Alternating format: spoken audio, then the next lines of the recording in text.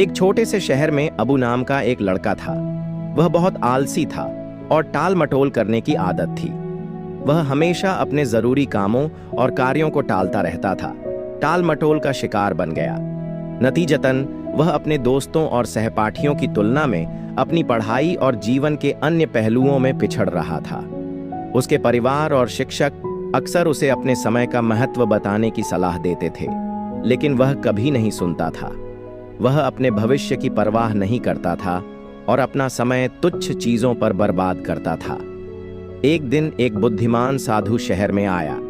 वह अपनी बुद्धि और ज्ञान के लिए प्रसिद्ध था और बहुत से लोग उससे मिलना और उससे सीखना चाहते थे। युवा लड़के ने भी साधु से मिलने का फैसला किया ताकि जीवन के हर क्षेत्र में अपने दोस्तों से आगे निकलने के लिए कुछ सुझाव मिल सकें। वह उस स्थान पर पहुंच गया जहां साधु रह रहा था और अपनी बारी का इंतजार करने लगा।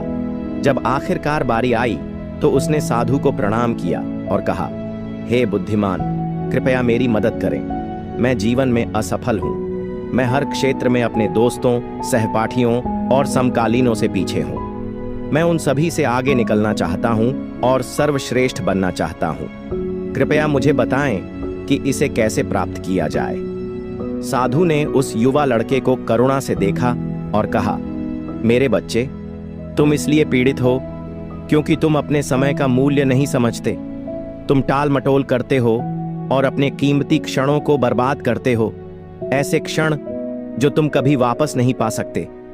मैं तुम्हें एक कहानी सुनाता हूं जो तुम्हें समय के मूल्य को समझने में मदद करेगी। लड़के ने उत्सुकता से सिर हिलाया और साधु की कहानी सुनी। साधु ने आगे कहा, एक बार की बात है, एक राजा था जो बहुत उदार और दयालु था। वह अपने लोगों से प्यार करता था और हमेशा जरूरत के समय उनकी मदद करता था। एक दिन उसकी मुलाकात एक पुराने सहपाठी से हुई जो उसके साथ गुरुकुल में पढ़ा था। हालांकि यह सहपाठी बहुत आलसी और गरीब था। उसके पास न तो कोई नौकरी थी, न ही पैसा और न ही कोई सम्मान। वह हमेशा अपने भाग्य के बारे में शिकायत करता था और अपनी समस्याओं के लिए दूसरों को दोषी ठहराता था। राजा ने अपने सहपाठी को पहचान लिया और उस पर दया आ गई। उसने उससे उसके जीवन और परेशानियों के बारे में पूछा। सहपाठी ने आह भरी और दुखी होकर कहा, हे राजा, मुझे नहीं पता कि हर कोई मुझे बेकार क्यों कहता है। जब भी मैं नौकरी पाने की कोशिश करता हूं तो मुझे मना कर दिया जाता है। मेरे शत्रुओं ने अफवाह फैला दी है कि मैं कभी कोई काम समय पर पूरा नहीं करता। मुझे समझ में नहीं आता कि क्या करूं। राजा ने मुस्कुराकर कहा, चलो एक सौदा करते हैं। सूर्यास्त से पहले मेरे खजाने में आ जाओ और जितना सोना और रत्न ले सको ले आओ। जो भी तुम लोग ले जाओगे वह तुम्हारा होगा। सहपाठी बहुत खुश हुआ और उसने राजा को बहुत धन्यवाद दिया। वह भागा भागा घर आया और उत्साहित होकर अपनी पत्नी को सारी बात बताई। उसकी पत्नी भी उतनी ही खुश थी। उसने उससे आग्रह किया, अभी जाकर सोना और रत्न ले आओ, यही तुम्हारा मौका है। हालांकि सहपाठी ने कहा, मैं अभी नहीं जा सकता, मुझे भूख लगी है, पहले मुझे दोपहर का खाना खाने दो। उसकी पत्नी ने जल्दी से खाना तैयार किया और उसे परोसा। उसने अपना दोपहर का खाना धीरे धीरे और इत्मीनान से खाया, यह सोचकर कि उसके पास खजाना इकट्ठा करने के लिए बहुत समय है। अपना खाना खत्म करने के बाद उसे नींद आने लगी और उसने कहा, मुझे झपकी लेनी चाहिए, मैं उठने के बाद खजाने में जाऊंगा। अपने बिस्तर पर लेट गया और उसने थोड़ी देर आराम करने के इरादे से अपनी आंखें बंद कर लीं। हालांकि वह 2 घंटे सो गया। जब वह आखिरकार उठा तो उसे एहसास हुआ कि दोपहर हो चुकी थी। जल्दी से उसने कुछ बैग उठाए और राजा के खजाने की ओर चल पड़ा। रास्ते में सूरज चमक रहा था और गर्मी बहुत तेज थी। थकावट महसूस करते हुए उसने सोचा, मुझे आगे बढ़ने से पहले थोड़ी देर इस पेड़ के नीचे आराम करना चाहिए। वह एक बड़े पेड़ के नीचे बैठ गया जहां हल्की हवा चल रही थी और मौसम सुहाना लग रहा था। जैसे ही वह बैठा, वह फिर से सो गया। इस बार वह 4 घंटे और सोया। जब वह आखिरकार उठा तो उसने देखा कि शाम होने वाली थी और सूरज ढलने वाला था। घबराकर वह अपने पैरों पर खड़ा हो गया और महल की ओर भागने लगा। कुछ देर बाद वह महल के द्वार पर पहुंच गया, लेकिन तब तक बहुत देर हो चुकी थी।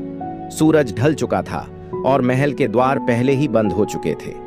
वह निराश और पछतावे में वहीं खड़ा रहा। उसे एहसास हुआ कि उसने अपना सुनहरा अवसर खो दिया है, क्योंकि उसने अपने समय की कद्र नहीं की। भिक्षु ने कहानी खत्म की और छोटे लड़के की तरफ देखा। लड़का अवाक था। उसे अपनी गलती का एहसास हो गया था और वह शर्मिंदा था। भिक्षु के सामने झुककर उसने अपना आभार व्यक्त किया और अपने तरीके बदलने की कसम खाई। आखिरकार उसे समझ में आ गया कि समय कीमती है और इसे कभी बर्बाद नहीं करना चाहिए। उस दिन से उसने टाल मटोल करना बंद कर दिया और अपने लक्ष्यों की ओर कड़ी मेहनत करना शुरू कर दिया। समय के साथ वह अधिक उत्पादक, सफल और खुश हो गया। उसके दोस्त और परिवार भी उसका अधिक सम्मान करने लगे।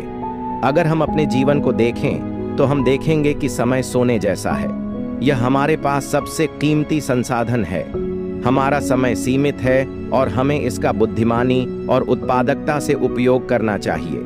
व्यर्थ की बातों पर समय बर्बाद करने के बजाय हमें उन चीजों पर ध्यान केंद्रित करना चाहिए जो वास्तव में मायने रखती हैं। महत्वपूर्ण कार्यों को टालने के बजाय हमें उन्हें समय पर और गुणवत्ता के साथ पूरा करना चाहिए। एक प्रसिद्ध कहावत है, यदि आप समय की कद्र करते हैं तो समय आपकी कद्र करेगा, लेकिन यदि आप समय बर्बाद करते हैं तो समय आपका जीवन बर्बाद कर देगा।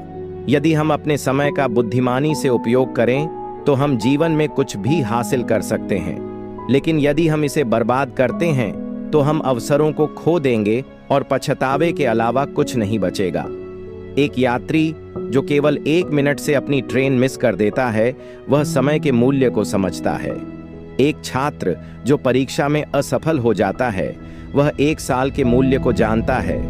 जो लोग अपने समय की कद्र करते हैं वे जीवन में महान कार्य कर सकते हैं, लेकिन जो इसे बर्बाद करते हैं वे अनिवार्य रूप से असफलता का सामना करते हैं। यदि आप सफल होना चाहते हैं तो कभी भी आलसी या टालमटोल न करें, अन्यथा एक दिन आपको इसका पछतावा होगा, ठीक उसी तरह जैसे आलसी व्यक्ति सूर्यास्त के बाद महल में पहुंचा था। इसलिए हमेशा अपने समय का बुद्धिमानी से उपयोग करें। अपने सपनों के लिए काम करें, लेकिन अपने परिवार और दोस्तों के साथ छोटे छोटे पलों का भी आनंद लें। ऐसा करने से आप न केवल सफलता प्राप्त करेंगे, बल्कि एक पूर्ण और सार्थक जीवन भी जिएंगे। इस कहानी से हमें यह सीख मिलती है कि अगर समय को सही उपयोग करेंगे तो जीवन में सफलता जरूर मिलेगी। दोस्तों, अगर वीडियो अच्छा लगे तो वीडियो को लाइक और मेरे चैनल ग्रो द लाइफ को सब्सक्राइब करना। मिलते हुए अगला नया कहानी के साथ।